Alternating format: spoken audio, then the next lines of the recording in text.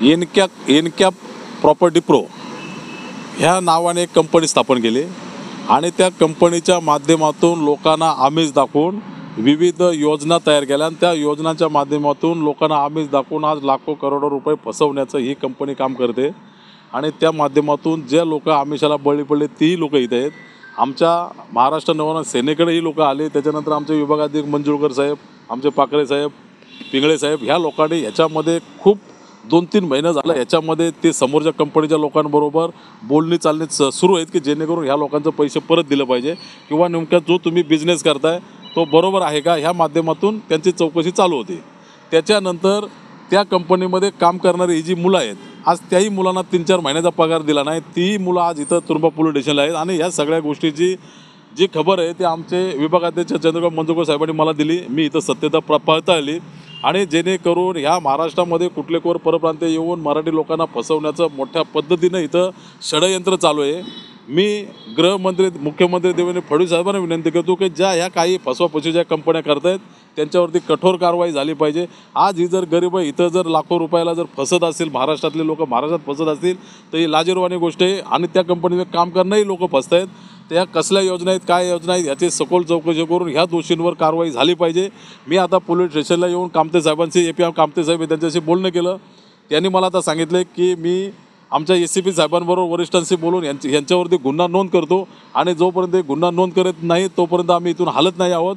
आणि सविस्तर ही जी फसलेली लोक आहेत, जे कामावरून काढलेले लोक आहेत, जे आमचे पक्षाचे लोक मेहनत करतात आणि ह्या माध्यमातून हे जे चुकीचं काम करतात लोकांना फसवतात यांच्यावरती आम्ही महाराष्ट्र नवनिर्माण सेनेच्या माध्यमातून कारवाई करूच, पण पोलीस स्टेशनलाही त्यांच्यावरती गुन्हा नोंद होत नाही तोपर्यंत आम्ही इथून हलणार नाही आहोत।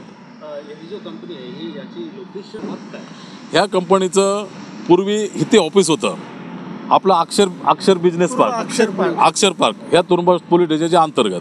आणि त्याच्यानंतर इथं त्यांनी हजारो लोकांना फसवलं, ते हजारो लोक तिथं जायला लागले। त्याच्यानंतर त्यांनी काहीतरी तळोजाला गेलं, तळोजानंतर अंबरनाथला गेलं, अंबरनाथ कल्याण, म्हणजे हे 3-3, 4-4 महिन्यांनी बदलापूर वगैरे असं एरिया ते फिरत राहतात आणि तिथं त्यांची ती योजना जी काही स्कीम आहे ती तिथं व्हायरस करून त्याच्यातून जी लोक फसता येतील त्यांना फसवतात।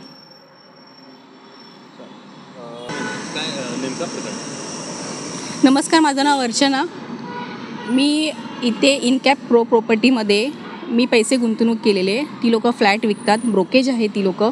त्यांनी आम्हाला उलवेला मला रूम दाखवला, रूम दाखवल्यानंतर आम्ही आलो। त्यांनी आम्हाला स्कीम सांगितली की मॅडम एवढं तुम्ही 5 लाख रुपये डाऊन पेमेंट, तुम्हाला 5 लाख म्हणा, 10 लाख म्हणा, 1 लाख म्हणा, तुम्ही डाऊन पेमेंट करा। आणि 41 लाखाला त्यांनी मला किंमत सांगितलेली रूमची। तर ते मला काय बोलले होते की आम्ही तुम्हाला रजिस्ट्रेशन फ्री की तुम्हाला पैसे द्यावे लागतील, नाहीतर आम्ही तुम्हाला 18 महिने 20 महिने असे आम्ही तुम्हाला हप्ते तुमच्या बँकेमध्ये येणार, असं त्यांनी आम्हाला आमिष दाखवलं। पहिले स्टार्टिंगचे 20 हप्ते आम्ही भरणार, त्याच्यानंतर तुमचे लोनचे हप्ते तुम्ही भरू शकता असं सांगितलं। आणि डाऊन पेमेंट करेपर्यंत यांच्यासारखे फोन येत होते, मॅडम तुम्ही आला नाही आहेत का, तुम्ही रूम बघायला कधी येणार आहे। हे सगळं झाल्यानंतर आम्ही रूम बुक केला। आम्ही त्यांना सांगितलं बाबा आमची अशी अशी परिस्थिती आहे, पेमेंट आपलं लोन करायला, तर आमचं असे असे पेपर्स आहेत। तो काय बोलला की मॅडम तुम्ही टेन्शन घेऊ नका, आम्ही बटाटेवाल्यांचे गाडा असतात ना स्टॉल, त्या लोकांचे आम्ही लोन करून दिलेत, मग आम्ही तुमचं लोन का नाही करून देणार असे बोलले। म्हणजे डाऊन पेमेंट करताना त्यांनी आम्हाला आमिष दाखवलं की आम्ही तुमचं लोन करून देणार, तुम्ही निश्चिंतपणे राहा। आणि मी विचारलं लोन किती दिवसामध्ये होणार, तर त्यांनी सांगितलं 45 दिवसामध्ये लोन होणार। हां, मी फोन करते, 1 महिना झाला, 1.5 महिना झाला, हे फोनच उचलत नाही आहे, इग्नोर करतात। ऑफिसला गेलं, ऑफिस बंद। त्या लोनवाल्याला फोन केलं, मैडम आपका वो पेपर नहीं है, आपका ये पेपर नहीं है, फिर आपका इनकम नहीं दिखला, आपको 10 लाख रुपये भरना पड़ेगा, 5 लाख रुपये भरना पड़ेगा। अशा बोलल्यानंतर मला थोडासा त्यांच्यावरती डाऊट आल्यानंतर मला इथे कळालं की ते ऑफिस बंद झालं। म्हणजे ही लोक माणसांना फसवतात। जर गरीब लोक पैसे भरतायत, अरे कोण कशी मेहनत करतं कामावर। आज आमचं भाजीचं दुकान आहे, माझे मम्मी पप्पा रोडवरती बसतात, दुकान चालवतात, सगळेजण मेहनत करून पैसा भरले आणि तुम्ही लोक गरिबांना फसवता। 5 लाख रुपये मी डाऊन पेमेंट केलंय। भरपूर, आता इथे 4-5 जण आहेत, मग असे भरपूर लोक आहेत। असे म्हणजे दोन वर्ष त्यांच्या ऑफिसला झालं असेल, त्यांची पार्टीज येत जात होत्या, मुरकुदानीने पैसे घेतलेले आहेत, सगळे येतील आता हळूहळू बाहेर. 23 जणांचे ऑलरेडी कंप्लेंट्स आहेत. आम्ही कालपासून इथे फेऱ्या मारतोय, दिवसभर आम्ही हे सगळे नोकरीचे खाडे करून आम्ही इथे उभं राहिलेलो आहेत की आम्हाला फक्त न्याय दिला पाहिजे आणि आमचे पैसे आम्हाला मिळवून दिले पाहिजे. हीच विनंती आहे की गोरगरिबांचे पैसे फसलेले आहेत ते काढून द्यावे. आम्हाला हे सगळे दादा वगैरे सगळे सहकार्य करतायत. आम्ही यांच्याकडे कालपासून आहोत, हे 3 महिन्यापासून आलेले आहेत, मी कालच आलेली आहे, पण हे खूप सहकार्य करतात आम्हाला. आणि आमची एवढीच विनंती आहे शासनाला, पोलीस स्टेशनवाल्यांना, सगळ्यांना, साहेबांना की आमचे पैसे त्यांनी लवकर काढून द्यावे. नमस्कार, मी उषा गायकवाड. मी ह्या कंपनीकडनं रूम बुकिंग केला होता. तर माझे 9,51,000 यांनी घेतले. जेव्हा 6 महिने झाले मी त्यांना विचारलं, बाबा 6 महिने झाले, नोंद कधी होणार? बोलते तुमची हे नाही आहे, पगार स्लिप नाही भेटत, तुम्ही मला ITR फाईल द्या, तुमचं इन्कम काय आहे. आधी तर मी सगळं दिलं होतं. जेव्हा नंतर मग मी बोललो कॅन्सल करा, नाही होत माझी नोंद, पैसे द्या मला परत. तर बोलले 45 दिवसांनी पैसे दिले जातात, असं रूल्स आहे. बरं ठीक आहे, ते पण मी फॉलो केलं की 45 दिवसांनी तुम्ही द्या, चालेल. नंतर आले, नाही काय बोलले, परत आले, तर एक चेक दिला, तो चेक बाउन्स झाला. परत आले, ते बोलले की तोच रिटर्न चेक टाक, मिळणार पैसे. आमचे 2.5 कोटी आमचे फसलेले आहेत, त्याच्यामुळं ते पैसे ट्रान्सफर होत नाही की काय असे बोलले. ते पण केला. तिसऱ्या टायमाला जेव्हा त्यांनी मला RTGS मारतो म्हणून बोलला, तर त्याने अशीच खोटी मला RTGSची एक स्लिप व्हॉट्सअप केली. ती कशी केली त्यालाच माहिती. 4थ्या बारीला जेव्हा दादाकडे मी आले, मग दादा जेव्हा आले, दादा त्याला 3 महिन्यापासून समजावतात. ते काय बोलले की त्यांनी आले तेव्हा एक चेक दिला, तो चेक बाउन्स झाला. दादा बोलले हे काय? परत दादा आले, दादानी परत समजावलं, तेव्हा काय बोलले की मी यांना 3-3 लाख रुपये करून मॅडमला मी एका महिन्यामध्ये क्लिअर करतो. दादा बोलले ठीक. ते पण पक्षाचं म्हणजे असं मी कार्यकर्ते आहे, मी पण तुमचाच आहे, तर दादा त्यांना काही बोलले नाही. नंतर मग मी बोललं दादा मला पैसे देत नाही, तर माझे 9.5 लाख आहेत, मग हा माणूस पळाला तर मी काय करू? मग ती भंगार गाडीची चावी माझ्या हातामध्ये दिली की मी जोपर्यंत पैसे देत नाही तोपर्यंत ती चावी तुम्ही तुमच्याकडे ठेवा. तर ती भंगार गाडी मला दिली आणि खोटा आरोप दादावरती लावतात की हे असं तसं बोलतात वगैरे. जय हिंद, जय महाराष्ट्र. नमस्कार, मी चैतन्य काळे. इनकॅप प्रॉपर्टी प्रोमध्ये मी सेल्स एक्झिक्युटिव्ह म्हणून काम करत होतो. फेब्रुवारी महिन्यापासून मी काम करतो आहे. फेब्रुवारी, मार्च, एप्रिल या 3 महिने मी काम केलं, पण त्यांनी मला अजून एकही रुपये दिलेला नाही. शिवाय मला मे महिन्यातला चेक दिला 31 मेचा, तो चेक बाउन्स झाला. नंतर मी ह्याचं कारण विचारण्यासाठी तिथं गेलो, तर आम्हाला तिथे दमदाटी करण्यात आली, माझ्यावर हात उचलण्यात आला, मला मारहाण करण्यात आली की तू इथं परत यायचं नाही, आमचे खूप मोठ्या लोकांपर्यंत कॉन्टॅक्ट आहेत, तुला पेमेंट देत नाही, जा काय करायचं ते कर. या भाषेत आमच्यात उद्धटपणे बोलण्यात आलं. मग आम्ही सरळ पोलीस स्टेशनला 4 दिवस झालं फेऱ्या मारतोय, पण पोलीस पण आम्हाला व्यवस्थित सहकार्य करत नाही आहेत. आमची कंप्लेंट ते घेत नाही आहेत. आणि मी माझं कंडिशन पण खूप वाटते. मी गेले 3 महिने झालं रेंट भरलेलं नाही अजिबात रेंटचं. मी मेसमध्ये 2 दिवस मी स्टेशनवरती राहतोय, मेसचं पण बिल भरलेलं नाही आहे मी. मला माझे पैसे लवकर मिळावे एवढंच मी हात जोडून विनंती करतो तुम्हाला. मी 3 महिन्यापासून काम करतो. नमस्कार, माझं नाव शिवानी आहे. मी पण ह्या कंपनीमध्ये इनकॅप प्रॉपर्टी प्रो, जी तुर्ब्यामध्ये आपली अक्षर ब्लू चिपमध्ये कंपनी आहे, तिथे काम केलेलं आहे. मला पण एकही महिन्याचा पेमेंट आलेला नाही आहे. ते सतत बोलत असतात की आम्ही देतो, करतोय, अकाउंटला पैसे आलेले आहेत, पण जास्त अमाऊंट आहेत म्हणून अकाउंट फ्रीज झालं आहे, जसं ठीक होईल तसं देतो, आम्हाला तारखावर तारीख देतात. आणि मग आम्ही सगळ्यांनी मिळून असं त्यांना बोललो की आम्ही काम करणार नाही जोपर्यंत आम्हाला पैसे भेटत नाहीत, आमची सॅलरी. तर त्यांनी आम्हाला सांगितलं तुम्ही ऑफिसमधून निघून जावा. आम्ही बोललो आम्ही जाणार नाही, आम्हाला आमचे पैसे हवे आहेत. तर ते बोलले की एक तर तुम्ही आम्हाला रिझाईन द्या किंवा आम्ही तुम्हाला टर्मिनेट करतो. टर्मिनेट केलं तर तुमचं मग आयुष्य खराब होईल, तुम्हाला कुठेही जॉब नाही केला. मग आम्ही त्यामुळे सगळ्यांनी मिळून रिझाईन दिला तिथं 7-8 जणांनी. त्याच्यानंतर आम्हाला चेक दिले, आम्ही ते चेक बँकेमध्ये टाकले, ते बाउन्स झाले चेक. आम्ही त्यांच्याकडे गेलो, त्यांनी तेच केलं की ही कंपनी जी तुर्ब्यामध्ये होती अक्षर ब्लू चिप, ते इथून बंद करून गेले पळून. बदलापूरला आम्हाला कळलं की तिथं त्यांची ब्रांच आहे, तर तिथं आम्ही गेलो, तर तिथंही त्यांनी आम्हाला काही हेल्प केली नाही. आम्ही गेलो तिथं, मदत मागितली, ते बोलले तुम्हाला काय करायचं कर, कुणाला बोलायचं ते बोल, नाही देणार तुमचे पैसे.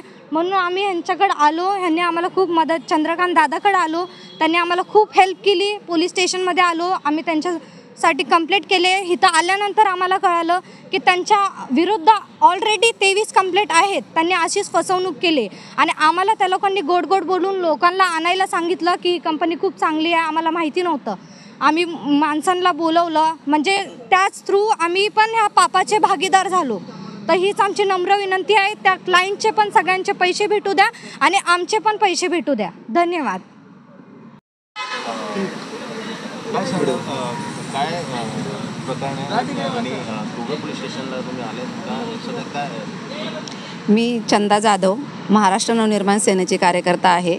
आमचे विभागाध्यक्ष श्रीमान चंद्रकांत दादा मंजुळकर ह्यांच्याकडे ह्या उषा गायकवाड ह्यांची तक्रार घेऊन आल्या होत्या की ह्यांचे जे 9.5 लाख रुपये त्यांनी घर घेण्यासाठी, फ्लॅट घेण्यासाठी इन्व्हेस्टमेंट केलेली होती, तर त्यांचं ते लोन झालं नाही आणि त्यांना त्यांचे ते पैसे परत मिळायला पाहिजे की जेणेकरून दुसरीकडं कुठेतरी त्यांना घर घेता येईल.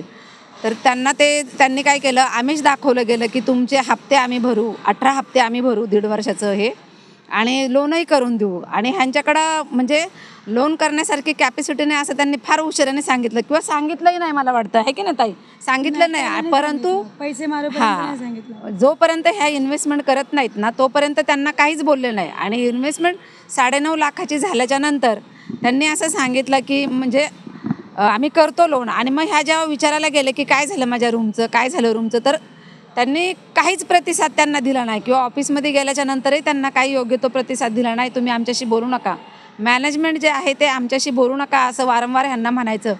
तर ह्यांनी मग चंद्रकांत दादाकडे आल्याच्या नंतर आम्ही एकदा ह्यांच्यासोबत गेलो. एकदा सोबत गेल्याच्या नंतर त्यांनी आम्हाला लिहून दिलं स्टॅम्प पेपरवरती. ताई तो स्टॅम्प पेपर आहे का तुमच्याकडं? अशा तारखेला आम्ही तुम्हाला पैसे देऊत म्हणून तसं सांगितल्याच्या नंतर आम्ही काही दिवस गप्प बसलो. नंतर ते 25 तारीख का 25 मला वाटतं मे का काहीतरी 25 तारीख दिलेली होती.